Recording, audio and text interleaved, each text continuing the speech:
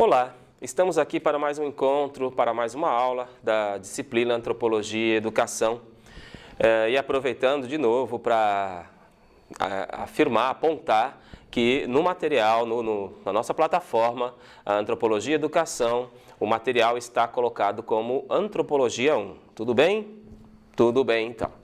Na aula anterior, nós falamos a respeito das sociedades humanas e da nossa capacidade de produção de significados acerca de nós mesmos e do mundo, né? Nós, enquanto espécie que tem consciência de si e do mundo e que se orienta a partir dessa consciência, com a produção com a produção de significados e a organização da vida com base nesses significados.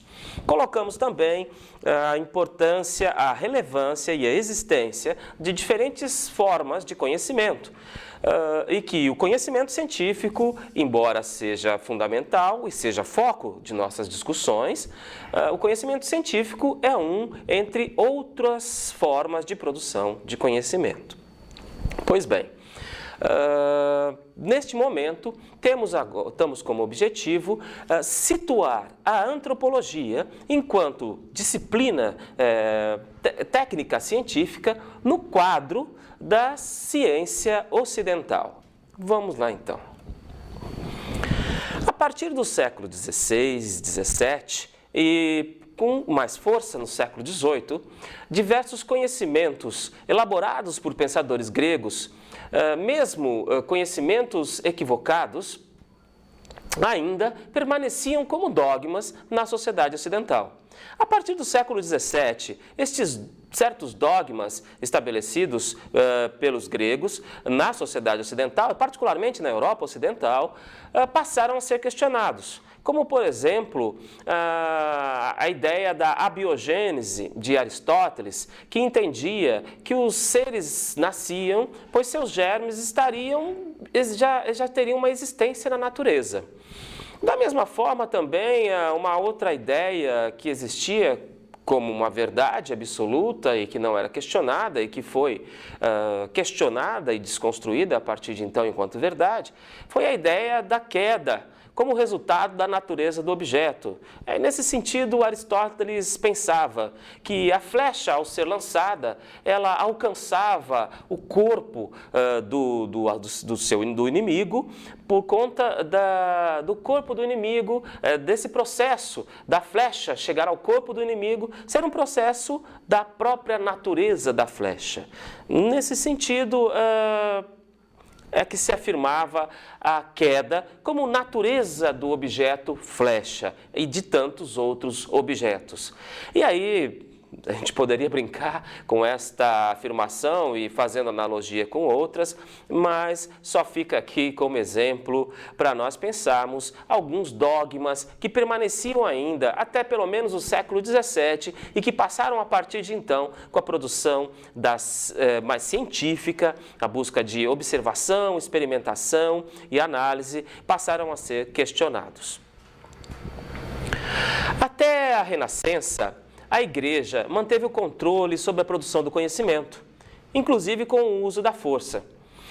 Um exemplo muito característico desse processo de uso da força para manter apenas o conhecimento religioso como verdade foi o processo da Inquisição, em que as pessoas que produzissem questionamentos e, enfim, teorias que se opusessem às verdades estabelecidas pela Igreja, mesmo verdades dogmáticas, verdades extremamente questionáveis, como os exemplos que demos agora há pouco, essas pessoas eram perseguidas e até mortas para que não divulgassem suas ideias e mesmo para que negassem suas ideias. Um desses exemplos são as ideias de Galileu Galilei, né, que teve que negar a teoria do heliocentrismo em favor da teoria do geocentrismo, segundo a qual a igreja dizia que a Terra era o centro do universo, a Terra era o centro do sistema solar e não o próprio Sol, como colocou Galileu Galilei. Ao longo, desde a Renascença, a partir do século XVII até o século XIX, até, na verdade, o início do século XX, diferentes pensadores vão marcar a construção do modelo científico, da ciência enquanto modelo de produção de conhecimento, que hoje é um modelo hegemônico, já é um modelo que tem mais força. Vários são os autores e autoras, os pensadores e pensadoras que são importantes nesse processo. Entretanto, para iniciarmos, apontamos o primeiro deles, René Descartes, que com seu livro, O Discurso sobre o Método, marca a ideia do racionalismo, da racionalidade moderna. No Discurso do Método e em outras obras, René Descartes aponta os 3 passos para produzir conhecimento científico. Seriam eles: estabelecer evidências sobre um determinado fenômeno com observação. Dividir este fenômeno observado em partes, quantas fossem necessárias para um entendimento do fenômeno após a observação. Essa divisão seria a análise. E, por fim, o método científico constituiria-se, finalmente, então, pelo restabelecimento do fenômeno original com uma síntese renovada, uma nova junção das partes depois de um entendimento daquele que estivesse estudando o fenômeno. Então, observação, análise e síntese como os 3 momentos, os 3 pontos fundamentais do método científico. Outro grande cientista que marcou os processos, o processo de construção da ciência é Charles Darwin, com a sua teoria a respeito da origem das espécies. Em 1859, Charles Darwin lançou o seu livro A Origem das Espécies, por meio da seleção natural. Esse livro foi a melhor explicação, e é a melhor explicação até hoje, formulada a respeito da capacidade de adaptação e especialização dos seres vivos. Com a teoria evolucionista de Charles Darwin, foi possível entender que as espécies se diferenciavam por conta da transmissão de características favoráveis de uma geração à outra. A teoria evolucionista trouxe um grande abalo no pensamento humano. E qual foi este abalo? O grande abalo da teoria evolucionista foi deslocar o homem como centro da criação humana, da criação, desculpe-me, da criação do mundo, e deslocar o homem do seu status enquanto ser especial para igualar este a todas as outras formas de vida submetidas a forças impessoais da natureza. Então, a teoria evolucionista, ela como que situa novamente o ser humano no contexto maior da natureza. Processo este que é muito importante, principalmente para quem for estudar depois algumas limitações da racionalidade cartesiana. Racionalidade esta que tem um mérito muito grande e fundamenta o processo científico, mas, por outro lado, a racionalidade cartesiana tem um limite quando entendida de uma maneira muito estreita, tem um limite de separação do ser humano, e principalmente do ser humano produtor de conhecimento, e da natureza, colocando a natureza como um objeto a ser dominado. Colocado, então, este apontamento, passemos adiante. Com a teoria, então, evolucionista, o ser humano deixa de ter um destino grandioso e espetacular, e uma tarefa e um sentido na Terra, e passa a ser fruto do acaso, sendo sua existência humana destituída de qualquer sentido cosmológico.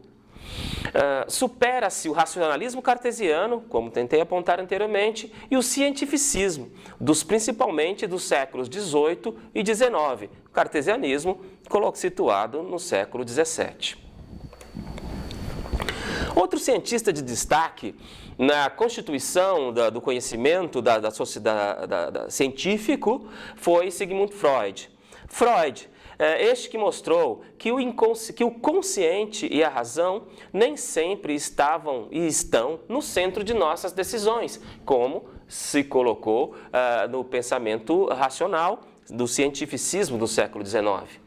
A grande contribuição de Freud foi demonstrar que o inconsciente, e não apenas a consciência racional, o inconsciente com os sonhos e os atos falhos, inclusive, o inconsciente é importante e os sonhos e os atos falhos, além da nossa racionalidade, são importantes motores dos nossos movimentos mentais e de nossas ações. Inclusive, então, os sonhos, os atos falhos inseridos no processo nosso de inconsciente são também parte do nosso processo de produção de conhecimento. E para nós, educadores, é fundamental que nós entendamos esta dimensão maior desse processo de conhecimento e nós possamos entender, perceber, nós humanos e os educandos com os quais nós lidamos, como pessoas que têm uma amplitude maior, uma amplitude que vai além da racionalidade específica ou então vai além do senso comum, uma amplitude que se coloca tanto na capacidade de razão, quanto também se coloca na produção de conhecimento a partir do senso comum, mas também e fundamentalmente nós temos uma amplitude enquanto pessoas de sensibilidade, inclusive sensibilidade corporal. E esta sensibilidade deve ser considerada nos processos educativos. Mais adiante podemos falar melhor a respeito desse ponto. E nós, então, somos seres, agora só para frisar mais um pouco, nós somos seres que experimentamos pensamentos e sentimentos dolorosos, que provocam sofrimento. Esse já é um pensamento, estabelecendo o pensamento aqui, colocando o pensamento de Freud. E então Freud colocava, se nós temos pensamentos e sentimentos que provocam sofrimento, mas, por outro lado, o projeto humano é o projeto da felicidade, estas recordações, esses pensamentos, essas recordações dolorosas são expulsas da região que ele entende como região consciente e formam o estoque do nosso inconsciente, que determina, em parte, junto com o nosso consciente racional, os nossos comportamentos e também a produção de conhecimento. Por último, cientista que foi muito importante na construção do conhecimento da sociedade ocidental e mundial a partir do século XIX, mas que vem principalmente este cientista no século XX, nós apontamos aí, nós destacamos Albert Einstein. Einstein, que com a teoria da relatividade demonstrou que o tempo e o espaço não são unidades fixas, mas relativas ao ponto em que se encontra o observador. Nesse sentido, Einstein ele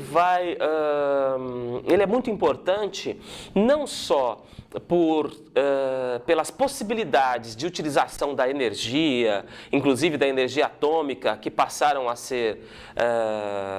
a ser utilizada a posteriori de suas descobertas, mas também Einstein traz para nós a relatividade mesmo do espaço e das nossas concepções de razão e racionalidade, nossas concepções de centro e periferia, concepções estas que coloquei por último, que principalmente a partir da década de 60, com a antropologia cultural e com o estruturalismo, passam a ser melhor percebidas, e fundamentalmente com a antropologia cultural.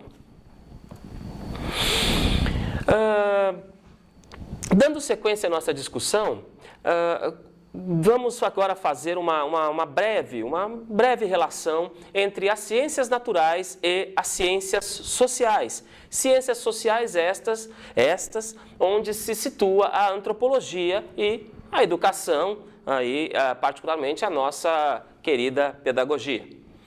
As ciências naturais debruçam-se, de uma maneira geral, sobre realidades de estudo relativamente mais simplificadas e repetitivas quando comparadas às ciências sociais. Um exemplo que nós podemos dar é a respeito do arco-íris. Nas ciências naturais, seja na física, na matemática, particularmente na física, pode-se fazer estudos em um ambiente controlado acerca da refração da luz. E esse estudo, podendo se perceber de uma forma bastante clara, que o fenômeno do arco-íris nada mais é do que o fenômeno da refração da luz nas gotículas de água, gerando aí o espectro. Este estudo do arco-íris, particularmente, ele pode ser colocado em comparação com o estudo da refração da luz. Ele pode ser comparado, por exemplo, com o estudo que nas ciências sociais poderíamos fazer acerca dos significados atribuídos e das crenças que as sociedades estabelecem sobre o fenômeno arco-íris.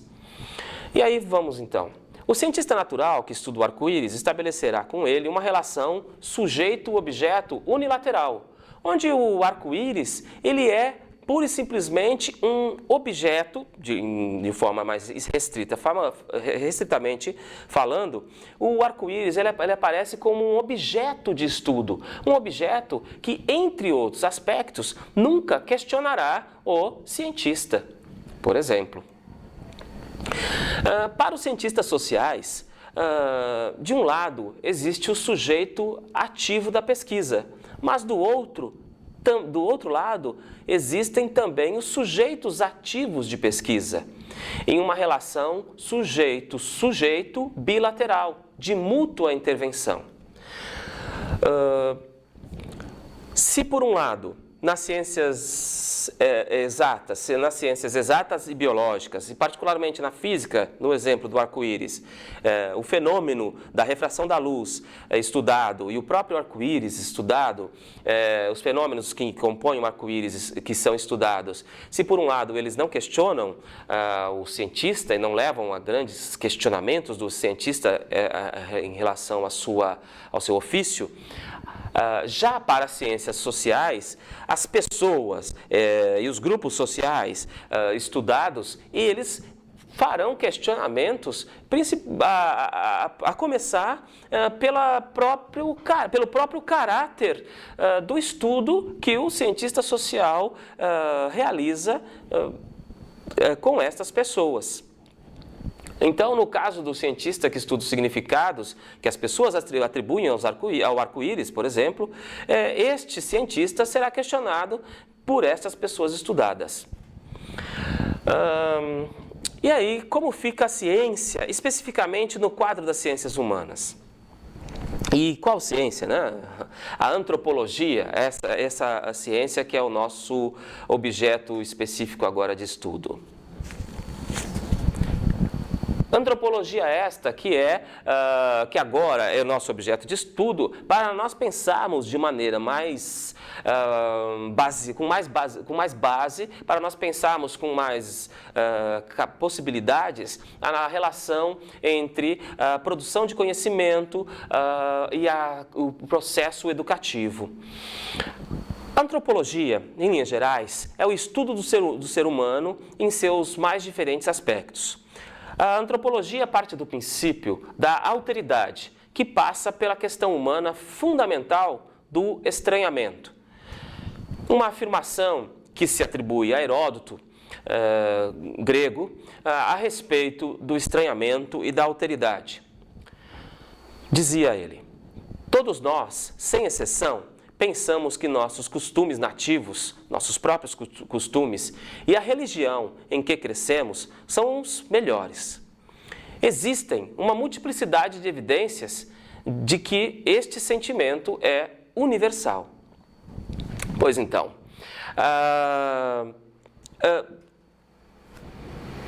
sempre, quando nós nos colocamos em relação a outro ou outros, o sentimento que nós temos é de que, e a forma que nós temos de nos relacionar é nos situarmos a partir do nosso próprio conjunto de valores e de nossas próprias experiências enquanto verdades. E só assim que, de fato, começamos a estabelecer uma relação. E esta relação inicial, ela tem, por um lado, o estranhamento este que diz respeito aos questionamentos que nós fazemos e a tentativa inicial de hierarquização dos valores e formas de ser do outro, e estranhamento também que é derivado do etnocentrismo. Esta sensação de que nós e nosso grupo social somos o centro do universo e das relações humanas. O etnocentrismo marcou o primeiro modelo da antropologia no século XIX. Etnocentrismo e antropologia, como no seu primeiro modelo, antropologia evolucionista, que veio como ciência auxiliar do imperialismo europeu, principalmente nos processos de invasão e de dominação nos povos da África, do continente africano, do continente asiático e mesmo dos processos de dominação imperialista dos norte-americanos na América Latina, a partir do século XIX, particularmente falando. Assim, a antropologia evolucionista, essa antropologia do século XIX, ela foi mais voltada a construir uma hierarquia entre as culturas dos mais diferentes povos e a cultura europeia, sendo esta última, a cultura europeia, situada como superior às demais. E nesse sentido, então, os europeus colocavam-se enquanto seres humanos com uma capacidade humana por excelência, que tinham como objetivo e como tarefa levar aos demais povos considerados inferiores, eles e suas culturas, levar a estes povos, então, os europeus deveriam, a civilização, que seria um ideal de cultura estabelecida com base no padrão europeu ocidental. Entretanto, a antropologia, as demais ciências em geral e as ciências humanas em específico desenvolveram-se. E no fim do século XIX foi estabelecida um novo modelo antropológico, a antropologia cultural, também denominada etnologia pelos franceses e antropologia social pelos norte-americanos. Esse modelo antropológico, o modelo da antropologia cultural, já diferentemente da antropologia evolucionista, ligada ao imperialismo e à dominação no século XIX, foi mais voltado a reconhecer a relevância das diferentes formas das sociedades humanas criarem significados e organizarem suas relações com base nesta diversidade cultural de produção de significados e formas de organização de vida. Nesse sentido, a antropologia cultural, também chamada de etnologia e antropologia social, nesse sentido, a antropologia cultural, ela traz para nós, educadores, um modelo, um paradigma por demais interessante, no sentido de nós, na direção de nós trabalharmos os processos educativos, de nós pensarmos os processos educativos e pensarmos todo e qualquer sujeito, e aí particularmente os educandos com os quais nós lidamos, como sujeitos portadores de saberes que são fundamentais na constituição das vidas destes sujeitos e, principalmente, para nós educadores, da constituição do processo educativo. No Brasil, em princípio, a antropologia cultural, ou social, dedicou-se principalmente ao estudo dos povos indígenas. Entretanto, com o crescimento das sociedades industriais, com os processos de urbanização, com as migrações e com a crescente urbanização, e até mesmo, de certa forma, isso é problemático, mas colocarei, com a complexidade das sociedades e das relações sociais, as realidades de estudo da antropologia, né, os objetos de estudo, entre aspas, né, e nós chamamos na antropologia, nas ciências sociais, as realidades de estudo, tornaram-se também, além do estudo das sociedades indígenas, a antropologia voltou-se para as mais diversas particularidades e correlações dos grupos sociais em contato no meio urbano.